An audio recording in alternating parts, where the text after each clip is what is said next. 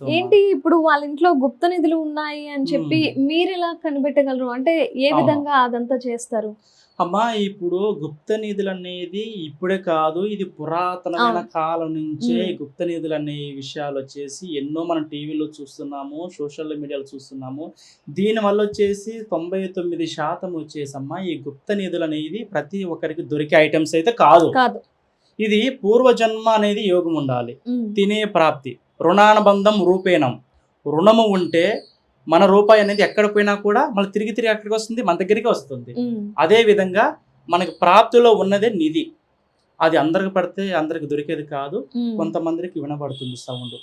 పండుకున్నప్పుడు అవును. గల్ గల్ గల్ అనే సౌండ్ వినపడుతుంది. హ్మ్. కొన్ని కొన్ని కూడా దైవశక్తి కూడా కలలోకొచ్చి, స్వప్నంలోచ్చి కూడా చెప్తుంది. హుహు. అలాగా వాళ్ళకి తెలియక కొంతమంది ఇది నిజమా? అబద్ధమా? దుష్టశక్తా? లేకపోతే దైవశక్తి తెలుసుకోవడం కూడా మన దగ్గరికి వస్తూనే ఉన్నారు. హ్మ్. ఈ గుప్త నిధుల గురించి నేనెన్నో పరిశోధనలు చేశాను. హ్మ్.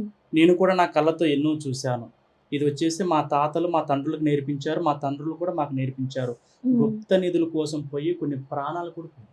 ప్రాణాలు. ఎంతో మంది కూడా చనిపోయారు. ఓహ్! ప్రతి వారికొచ్చేసి దీన్ని తీయడము అసాధ్యము కాదు. దానిని భూతబంధన, నాగబంధన, ఇలా అకాల కాలబంధన ఇలాంటి కొన్ని ఉంటాయి. అదొచ్చేసమ్మా తెలిసిన వాళ్ళే దాన్ని పట్టుకోవాలి తప్ప, హ్మ్. ప్రతి ఒక్కరు దాన్ని పట్టుకొని దాన్ని తీయాలంటే అది ఎవరి వల్ల హ్మ్. సాధ్యం కాదు. ఒకళ్ళు అట్లా వేస్తే రక్తం కక్కుకొని చనిపోతారు. హ్మ్.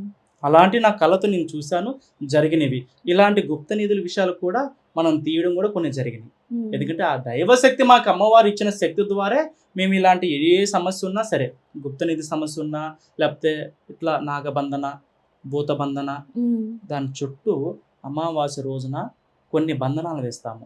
ఓకే. అమావాస్య, పౌర్ణమి సమయంలో కొన్ని బంధనాలు వేసి తంత్ర, మంత్ర, యంత్ర పూజల ద్వారా దాన్ని శాంతింపజేసి, దాని చుట్టూ ఉన్న బంధనాన్ని మేము విడదీసి, ఆ గుప్త నిధిని మేము తీస్తాం.